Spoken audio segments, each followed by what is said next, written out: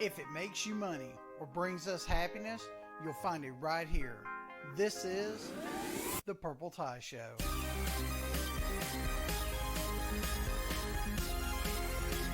Welcome to the quarantine episode.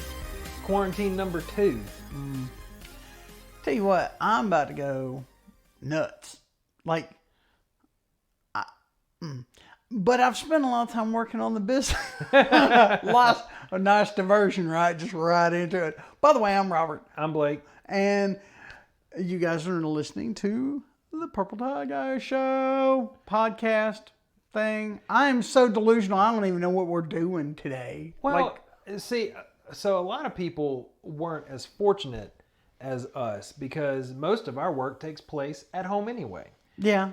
So, our routines didn't really change a lot. I go to the grocery store less. I do Walmart pick up a little more. Yeah. Well, when it's not, a week out. Dude, I tried to do Kroger pickup the other day, and it was like, pick your time. And it was like a week and a half. I was like, I need milk. Yeah, exactly. And Kroger took away the option for delivery. They used to deliver. Well, they probably can't. Well, I was going to say they probably can't keep up with it, but they probably don't want to put their people out. But, the people are coming to the grocery store anyway. I don't know. There's a whole lot of, is this really the best way to handle this going through my mind right now? So, Alabama has got, we're all locked down. They closed all the beaches, all the non-essential businesses. And I've heard a lot of businesses, we work strictly in the medical field. Yeah. For the most part. Yep. And so dentists and plastic surgeons and the people that we work with are considered non-essential. I did air quotes like they can see that, but I am really surprised that dentists are considered non-essential. Let me tell you, my business, I don't care. So fortunate that the tech company is considered a essential business. Yeah. But when you look at society as a whole, every business is essential to somebody, right? Yeah. Whether it's putting food on your table or clothes on your kids or a roof over your head, every business is essential to someone. So I've been, I'm a big old nerd and I love all kinds of nerdy stuff, but the local comic book shop. And you're a sap. Yeah, I am a sap. The local comic book shop has been updating his Facebook page. And, he's a good guy. He's a local guy. He's lived here all his life. He bought the comic book shop. It was his lifelong dream to own a comic book shop, and he bought it a couple years back. Actually, we knew the person that owned the comic book shop before he bought it. True. But he's been updating the Facebook page on a pretty regular basis, and he's like, hey, week number 4, no new comics, because, they stopped printing and shipping comics. Really hate it. If you have a box here and you need to pick up, just let me know. Text me, call me, whatever. We'll do curbside pickup. Curbside pickup. I'm still here if you need your magic cards, if you need dice, if you need D&D books, blah, blah, blah, blah, blah. Just call ahead. I will take your order, quote, air quotes. You can't order. Yeah. And curbside pickup. Well, but he's a perfect example of a non-essential business, but I think he's a single dad, and I think that's his only stream of income. Okay, so let me bring it around, and then we'll get into what we actually were going to talk about. So I read earlier, I am part of a Facebook group that is Reopen Alabama. Now, granted, there's 2 sides to every coin, right? So, yes. But I was in there and one of these guys was like, hey, me and my wife opened an indoor mini golf in down south. It's not in Gulf Shores, but it's close to Gulf Shores, but it's an indoor mini golf, which I think is phenomenal. Air-conditioned mini golf that you don't have to worry about the wasp and bugs. I'm all down for that. Yeah, seriously.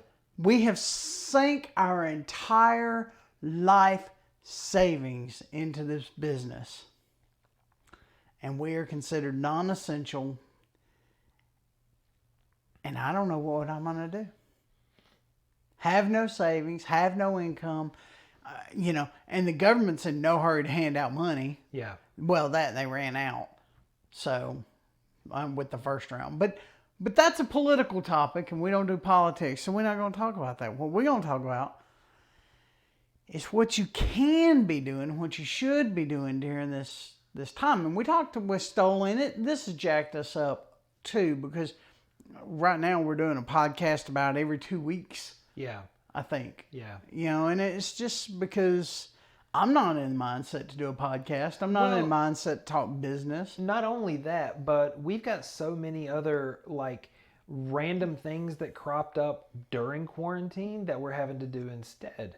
Like people coming out of the woodwork wanting, we had a guy call 2 days ago or something that we haven't heard from in years. It's like, hey, you still running Facebook ads? I want you to run a Facebook ad for me.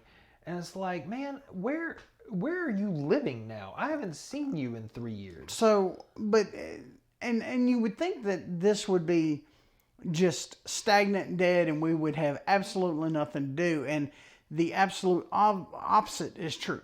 Like new websites and that's kind of leading into what you should be doing. Now's the time to, and we talked about this a couple of episodes, rebrand or, work on those things that you've been putting off. Yeah.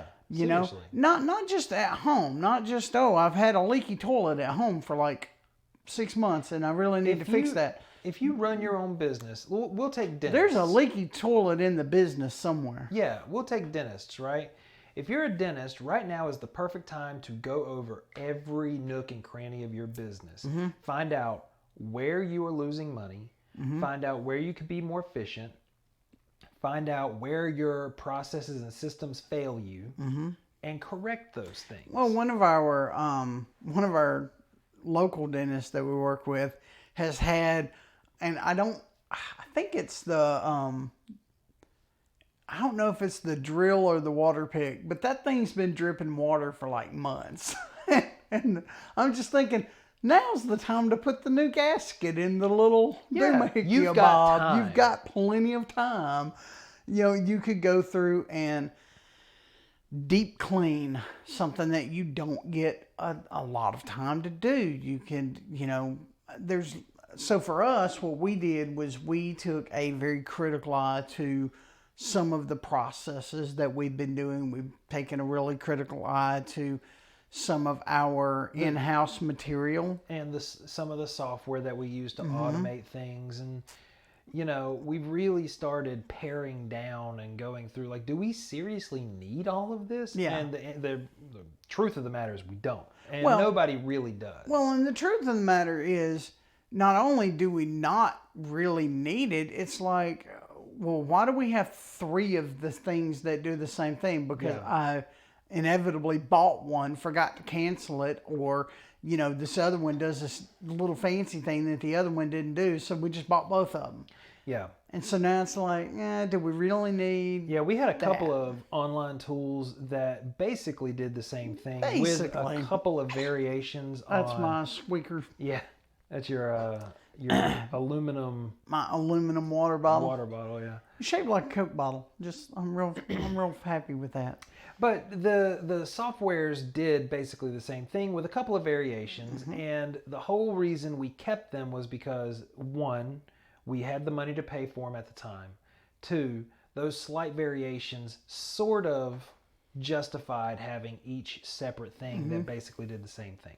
But now it's like, no, it doesn't justify it. I mean, 2/3 of our clients have decided to pause for a month. I don't need that, one metric that this is the only thing that will measure it. So yeah, we don't need,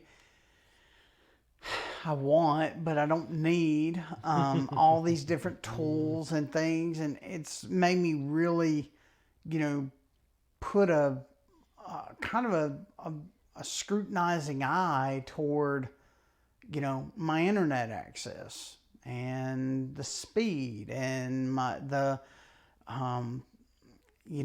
things that we send for our own marketing material. What do we do for, and it's had me crunch numbers like, okay, for, finding new clients. Which one's better, Facebook or LinkedIn? They both have their, and before I was just like, well, LinkedIn ads are more expensive than Facebook ads, but the leads that you get off LinkedIn is a little bit better quality. The leads you get off Facebook is really kind of, not great. Facebook's targeting is screwed up because they think I'm a doctor, dentist, chiropractor, surfer. Just a Renaissance man. Yeah, I'm just, so they don't even know who I am. I get, no, it's med spas, chiropractors, dentists, surgeons, and something else. Like I get like 5, You've they got think like I'm like 9 5 PhDs. different people. Yeah, I've spent my life in college, but so the targeting's not great. And so, yeah, it's a little less money, but the targeting's not good. So I went through and started, researching, well, what's the best way, right? Because the biggest problem with Facebook ads is somebody will do something and fill out a form or whatever and send in contact information. Either the email's jacked up or they don't remember doing it or they've changed the phone number or whatever. And that's been the biggest issue. Well, now I'm like, you know how to avoid all that? A messenger ad. Yeah. You interested in what I got to sell? Send me a message. I will be glad to respond I will be to you. happy to send you my checklist through Messenger. That way I know I've got the exact person that asked for it. Mm-hmm. Not, because I called a doctor one time and I explained to him who I was and everything.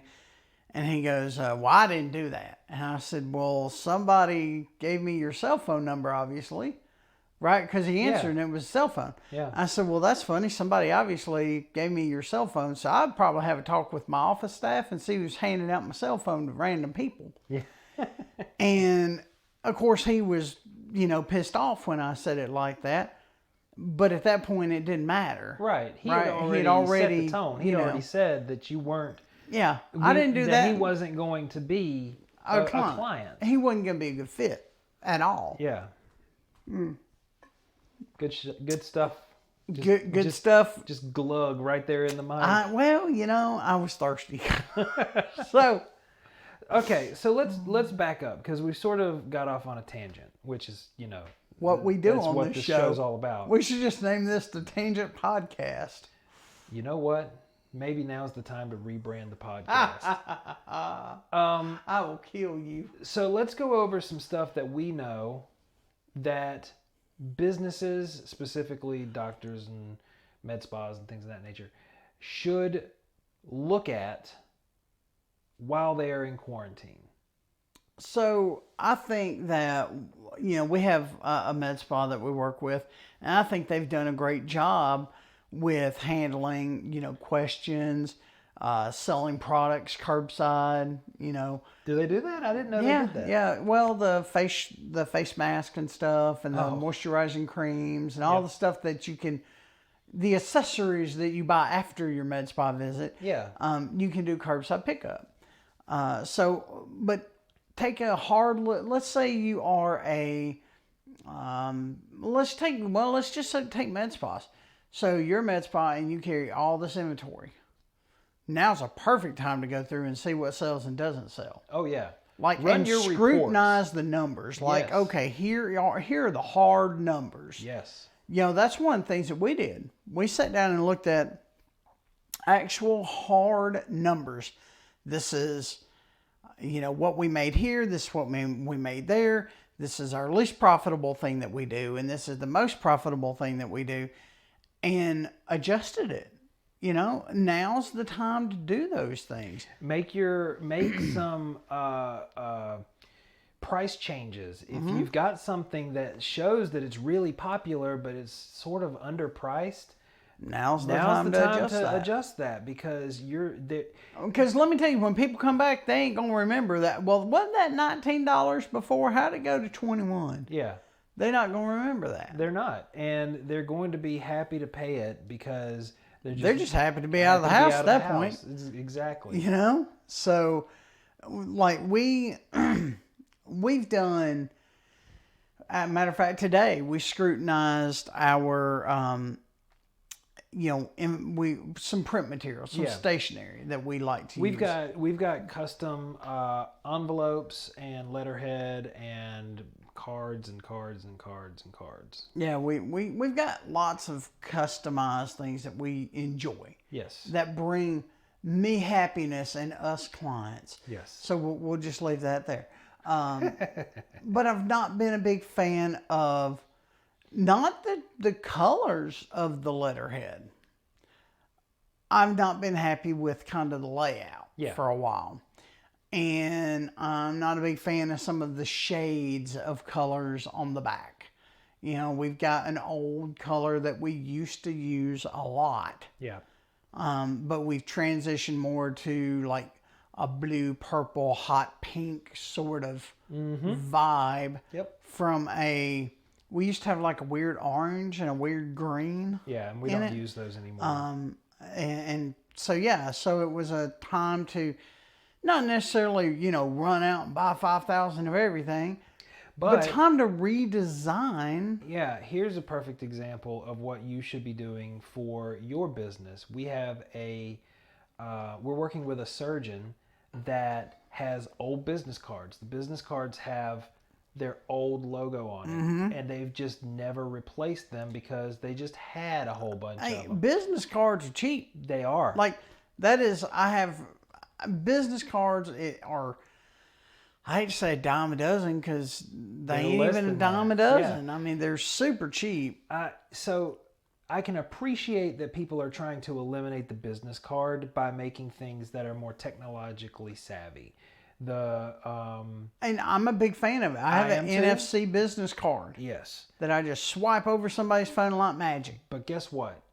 You're never going to go to somebody who can't accept a paper business card. Yeah. Yeah. Hey, what kind of phone you got? Oh, there's a flip phone Nokia from a few years ago. Well, I was going to give you my digital business card, but don't you have paper ones? Well, no, that's kind of old-fashioned. I'm kind of old-fashioned. I got a flip phone. Hand me a business card. Or, you meet somebody that is really, really, really into their phone and it's dead. Yeah. Or they're using a phone that doesn't have NFC. Mm-hmm. Or, Android phones handle NFC differently. Yes. It acts like it downloads something, then you got to go open, and it's a pain. Where with the iPhone, you just swipe, and it's like, oh, would you like to open this? So there are some hurdles, and I can appreciate that. But like I said, there is no person on earth that can't accept a paper business card. Right. And that's one reason to kind of keep them around. But I just feel like there's so many, and I've seen it with other doctors, that branding's all over the place. Oh yeah. One chick's got a business card because she's been there for 15 years, and you just never reprinted it because she hadn't run out of them. Right. But everybody else has got the new logo and the new font and the new stuff.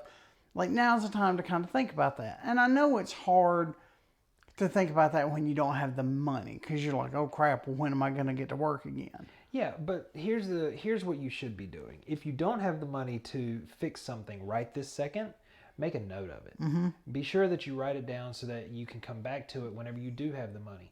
Go over your website. Yes. Go over your website for, misspellings, for missing features, for features broken that are things. Outdated or broken features. Man, I went to a website the other day, and I had a big gray box pop up, and it was a Flash plug-in. And Flash nobody uses Flash anymore. Nobody. As a matter of fact, Safari won't even run Flash. Refuses to. Now, there's some web applications that still try to use Flash to do things, and I hate using them. It doesn't work on an iPad. No. At all. Very limited support on most tablets. And tablets have become the new kind of consuming device. Yeah.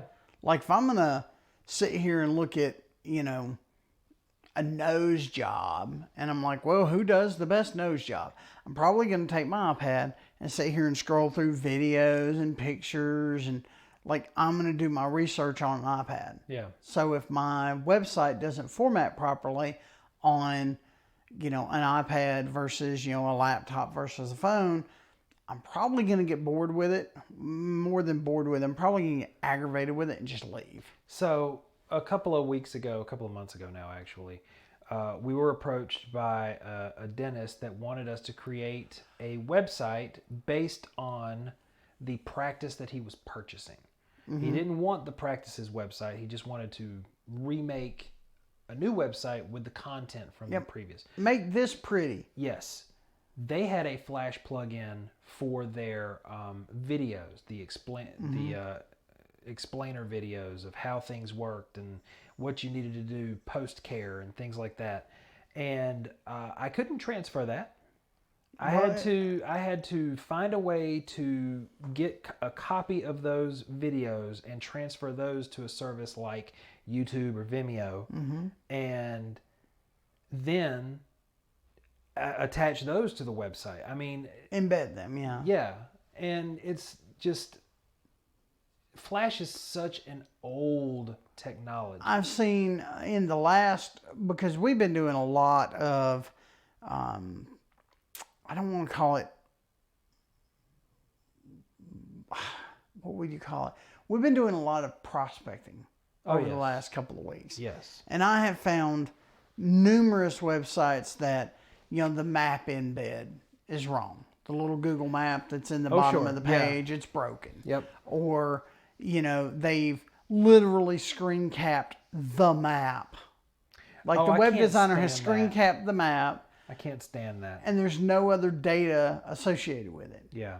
You can't click on it and get actual directions or anything like that. Can't bring it up in a bigger map window or any of that. It's very, very annoying. One of the other things that I've noticed is, and I cut my teeth in HIPAA, right? Mm-hmm. In HIPAA, on HIPAA. Anyway, back in the early days of HIPAA, HIPAA compliance was a big deal, and it still is. I mean, there are some practices that take it very, very seriously, and there's some practices that are a little loose with it. Yeah. One of the things is if you collect patient data on your website, it needs to be secure. Right. Right? It needs to be encrypted, needs to have, an SSL, needs to have, some secure hosting and that sort of thing. What they don't think about is the lowest common denominator. If you've got a contact form on that website, there's going to be somebody that fills out their name, email, and phone number, and then goes down to that little box to fill stuff out, and it's like, Dr. So-and-so did my, whatever, and my social security number is blah, blah, blah. If you need to look me up. Here's my tax ID. Yeah, here's my tax ID, my social security, my firstborn. My mother's birthday. I've attached a copy of my driver's license. Yeah. They're not going to, not everyone has the common sense. And to use these contact forms properly. But it's the doctor's responsibility to make sure that those are compliant. I realize that this is a podcast full of side tangents, but here's a side tangent. Oh my God, another one? Already, and by me, of all things. When I was in college the first time, way back, like 20 years ago now. You're old. I am old. Oh God, I'm so old. Anyway, I was taking an internet, it was called internet programming. I was learning Java and I was learning Visual Basic, right? Aren't both those pretty much useless now? Well, Visual Basic is for sure, for the most part. Well, Java's not that bad. Anyway, the instructor was going through, and he was going through this really complicated, convoluted way to make this button on the front, on the form that we were building. And I was like, why don't we just use this easy way to do it? It looks a little bit worse on the front end, but it's much, much easier and faster. And he said, right, but the user could mess that up. So it's more complicated for you to do it this way, but the user can't mess it up. That's a plus, though. Right? So that's sort of what the doctors are having to do now, or their office staff, whoever's in charge of making sure that ultimately it's the doctor. Well, now we've seen people that send appointment information Oh, sure. through that contact form. Sure. Yeah. Either requesting it or there were a couple of websites that I built early on where I forgot to change the email address that the request went to, and I would get in my inbox just requests for appointments or information, and I would have to forward those to the doctor or the office staff, somebody who would get in touch with these. Well, because they don't think patients. about setting that up. Yeah, well, that was my fault. That was legitimately my fault, because I should have thought about that before I ever had those websites go live. Yeah. Well, but that was back in the day. Long time ago. Yeah, that was before we, got to where we are today. And it frustrates me that there are so many inexpensive, we'll say inexpensive because I don't want to say cheap, web design people who don't understand the medical side of things. Yes. They don't understand the dilemma that they could put the doctor in. Yes. Again, good, fast, and cheap. Pick two. Yes. Actually, you could add secure in there too. So good, fast, cheap, secure. Pick 3. 2.5. I don't know. The problem that you run into with the inexperienced or the less expensive web designer is that they either A, don't know how to do it properly, or B, don't have the money to do it properly, because they're either not charging enough because they can't get work. Right, they can't get work, or they're not charging enough because they don't know that they're not charging enough. Well, and they don't know. So there's people out there, there's big companies out there that will sell you a website for a little bit nothing. And just to get you to use some other service that they have. Right. And then everything they tack on costs something else. So it's like, oh, well, we built you this beautiful website. Well, does it come with this? Oh, no, that's $300. Yeah, that's an extra thing. What? Yep. Why isn't that included? It's just not included. Yep. Well, it's $500. But I thought you said it was $3. Well, that's before you back talked me. So, but it seems that way sometimes. It really does seem that way. And I know we've kind of been all over the place in this podcast. But setup, right? We went through, I went through yesterday and started like figuring out how I could rearrange my desk area and how, if the monitors would be better in a different configuration, or, if a smaller keyboard would work for me versus, a big full-size keyboard. So those are some other things to think about. Whenever you got your front desk staff up there and it's packed and you got patients in the waiting room and phones ringing and emails coming in, you don't have time to go look at the front office and be like, gosh, there's 3 people crammed on top of each other right here. Yeah. We could move billing, right? Because we've had this happen too. We can move the billing person who is sitting up front, consistently being distracted, to their own little hole in the back. It doesn't have to be a full-blown office, but now they got their little hole on the back and they're happy. She was very happy with the little hole in the back. Nobody messed with her. She was. And then they moved her back up front. Which was so, but that's what I'm saying. Like, maybe it's something that you take that time to really reconsider layout. Yeah. Not just, we talked stuff. We talked about rearranging the office for optimal, work. Yeah, and realize that we've got it set up for optimal work right now. Pretty much, yeah. Took the little laser tape measure and measured from wall to wall and measured all the desks. Thank you, Jacob, for suggesting that, because it has come in Was very it his? handy. Was it his idea? Yep, it was. I think it was mine. So, but it's really handy. And, we were able to, measure up and be like, yeah, the desk would fit on that wall, but do I really want to work like that? Yeah. And then what does the background look like For the video conferencing that we're going to call? inevitably And, have to do, yeah. God, I've wore Zoom out Yeah. over the last Everybody 2 weeks has. or so. Zoom stock has just zoomed out of control. You like that? So, You know what gets me? You hang around any social media long enough, and you're going to run into somebody who's inevitably younger than you are.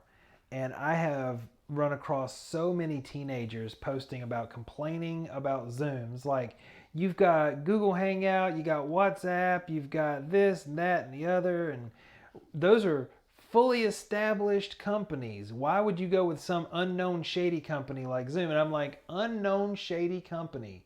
Zoom's been around for like a decade and a half. it's like, or something. excuse me? And Zoom is probably the easiest program to use, period. You don't. The thing about Zoom that is so much easier to use than the likes of Google Hangouts and Skype and things like that, there are no requirements for like usernames. You don't have to sign in and create an account. Nope. Now You the just- host does. the host does, yes. but But the users can You just pop click in on and that go. link. You just click on that link and go. And you Yep. can't do that with Skype and No. Google and all the others. You have to create an account and get set up. And, Yep. Or you have to download software. I mean, there are so many benefits to using Zoom versus things like Now- Hangout. Side tangent. Oh, God. Is that the third one this podcast? I think it is. So the only downside to this whole staying at home and quarantine and all this other stuff, and I'm sure it's been all over the internet. If you've not seen it by now, go look it up. They're in the middle of a conference call, and there's like 9 of them in a conference call, Yeah. and one of them's got her, laptop and walking around the house. Oh, there's so many of these going around. And I guess it's she didn't realize that her camera was still on or whatever, and she walks in and you see her sit. It's what I call emergency poops. Yes, she sets the laptop down on the floor, drops her pants, and sits on the toilet, and then realizes that, oh crap, my camera's on and everyone can see me. Yep. And you see, the laptop like hurl in circles, and like it suddenly went black and she disconnected. And Yep. of course, the person that was talking was like, everybody else just busted out laughing. And the person that was talking was like, what? What's going on? And they were like, nothing. Just keep going. Yeah. And So- then you had the other one, the lady that was in the conference call and her husband walks in the background in his tighty whities. Yeah, yeah. Well, now she was a news anchor that was doing Oh, was she? a Zoom call. I didn't know that. I just know I never actually turned on the volume. And then he goes and runs across and ends up knocking himself out. Oh, and God, it she's was just so like, oh my God, really? I'm sure there's a Please? lot of examples of that happening. Just things where it's not part of your daily routine, so you don't think about it. Well, your wife's sitting there working on the computer, and you walk up in the tidy whities. You've done that, all your life. You've Right. been married for 20 years or whatever. Right. And then you walk up and you're like, oh crap, she's on a conference call. And then you feel, obviously he ran into a wall. Yeah. It's a great video. It really was. But that's the change is. So that everyone's reminds not me. wanted to change for so long, right? Everybody's Yeah. like, no. Even Jacob, when we first started talking about leaving the bank building and letting everybody work from home, and Yeah. he was like, but the productivity, and now his job is like, hey, y'all can work at home. His whole situation's messed up, but that reminded me of what we were talking about before we started the podcast. There are certain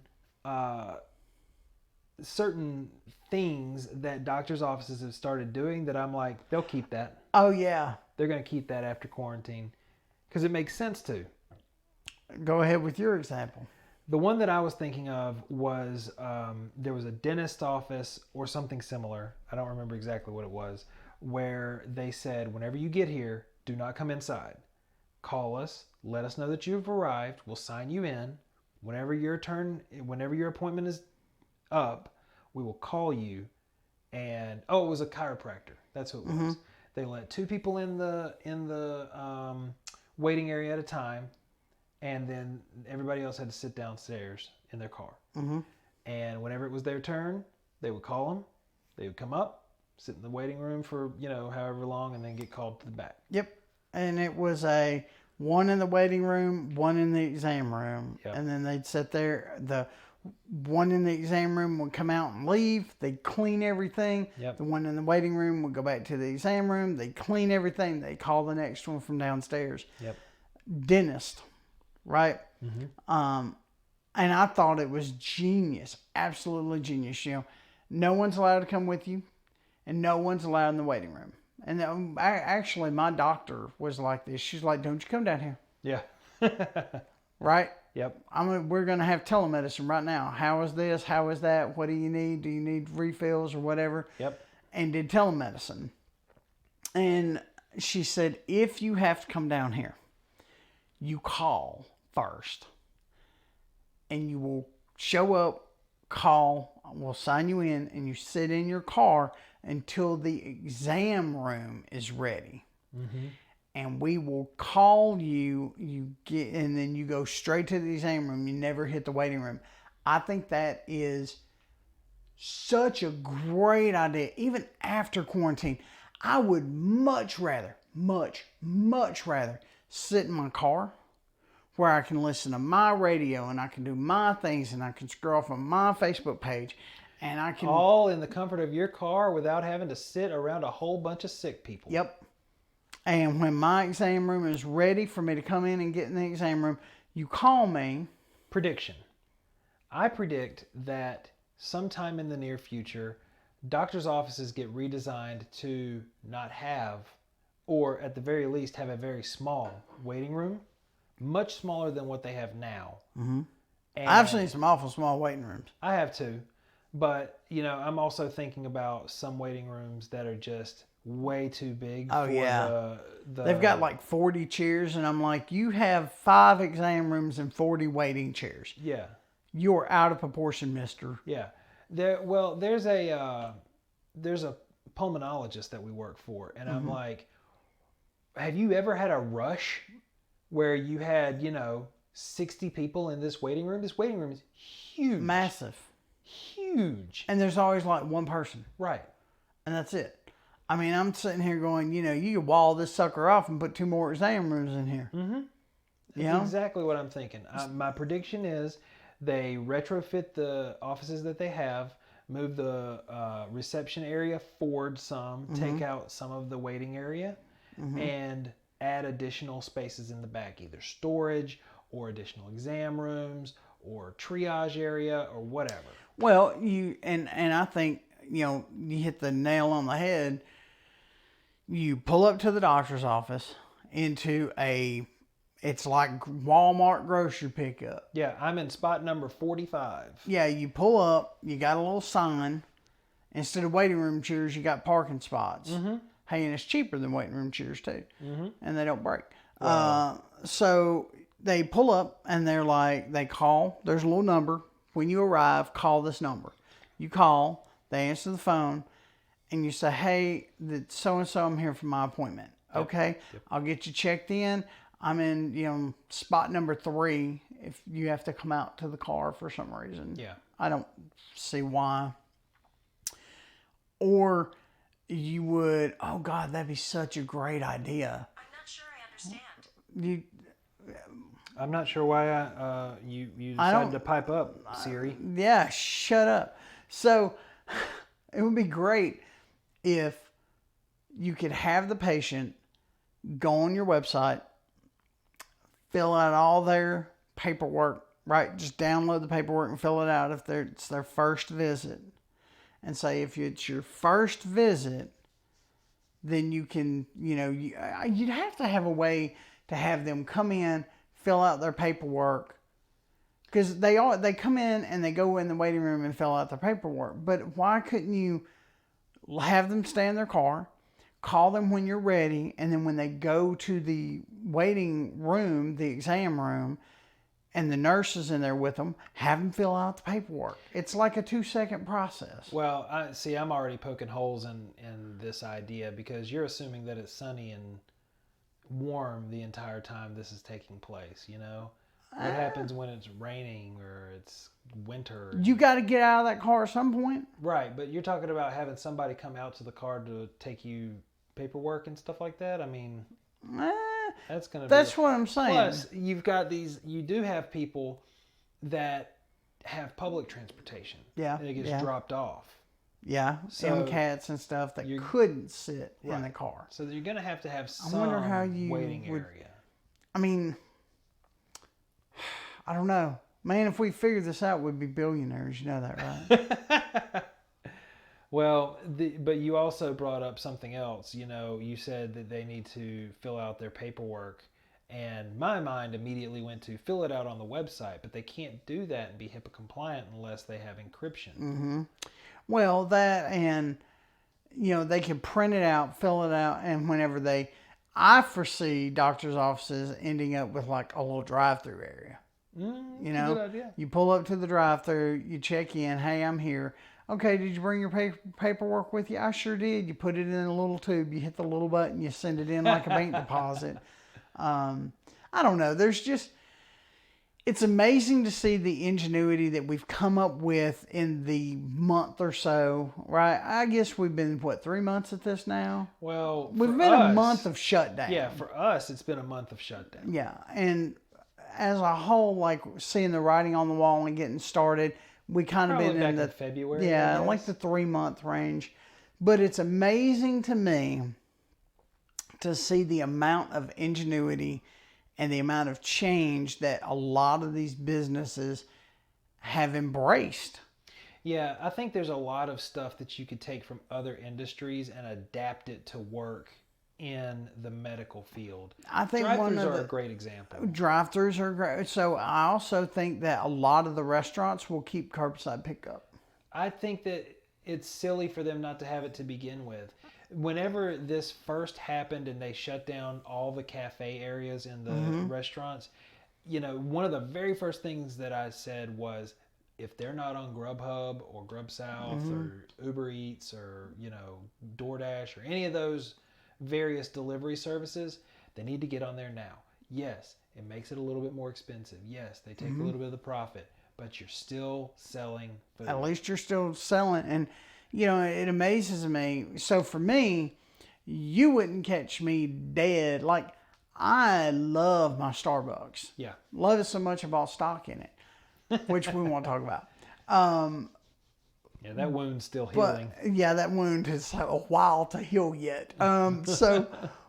But I'm even like, do I really want Starbucks? Yeah. I remember because... we had to end up going down to Coleman County. Yeah, and I said, hey, you want to risk Starbucks? And literally... you sat there for like 30 seconds and I was already like driving away and you're like, yeah, we could do Starbucks. And I was like, really? I was already headed the other way.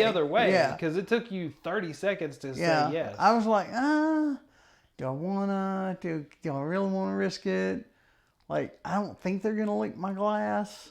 They shouldn't leak my glass. Depends on who's working. Well, and there's also the unexpected side effects of the quarantine and not having cafes and stuff like that.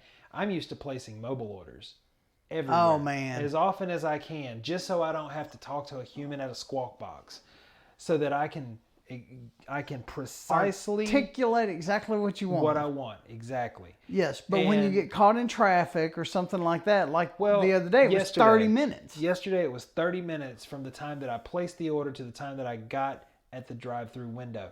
Not because I hadn't planned on it, I hadn't planned on leaving for 30 minutes. I left in plenty of time to get there.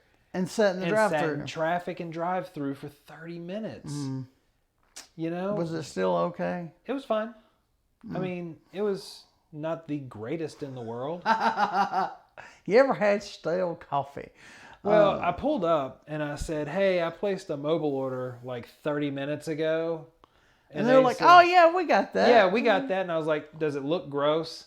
Because you know how if you ever leave iced coffee sitting out and you forget about it, it gets that layer of water across the top, Yeah, and then it just sort of looks bad. And if you have the kind that has foam on the top, the foam collapses. And See, it's like, I'm a huge fan of the cold foam, yeah, the sweet cold foam. the sweet cold foam. That's the only sugar in the entire drink, and it's really I personally it's my favorite. But if you let that sucker sit anytime at all, it like starts running down in the coffee and kind of looks like well, it don't look great. Yeah. So there are those unexpected side effects. Like I love whenever I used to eat at Taco Bell, I would order on the app, and It shows. well, thanks, I appreciate that. I'm kidding. If you get there, if you order on the app and you pull up to the drive-thru and you say, "Hey, I placed a mobile order," they don't make it until you get there. Yeah. And Starbucks doesn't do that. Starbucks, you get put into the queue as soon as you order. Really? Yeah.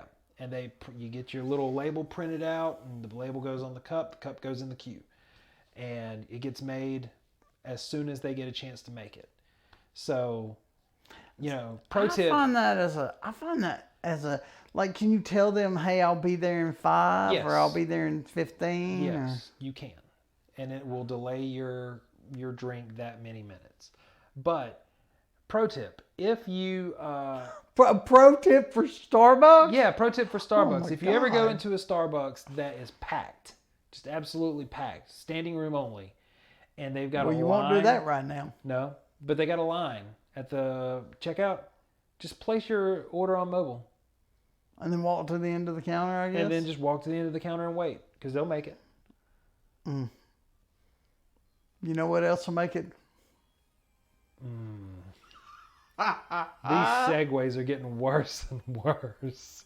You've enjoyed the contents of this show. You can find us everywhere online at Purple Tie Guys, purpletieguys.com, facebook.com/Purple Tie Guys.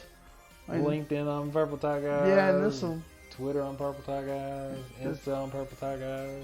and we'll see you next week. We'll try. Or in like 2 weeks. Who Yeah. knows?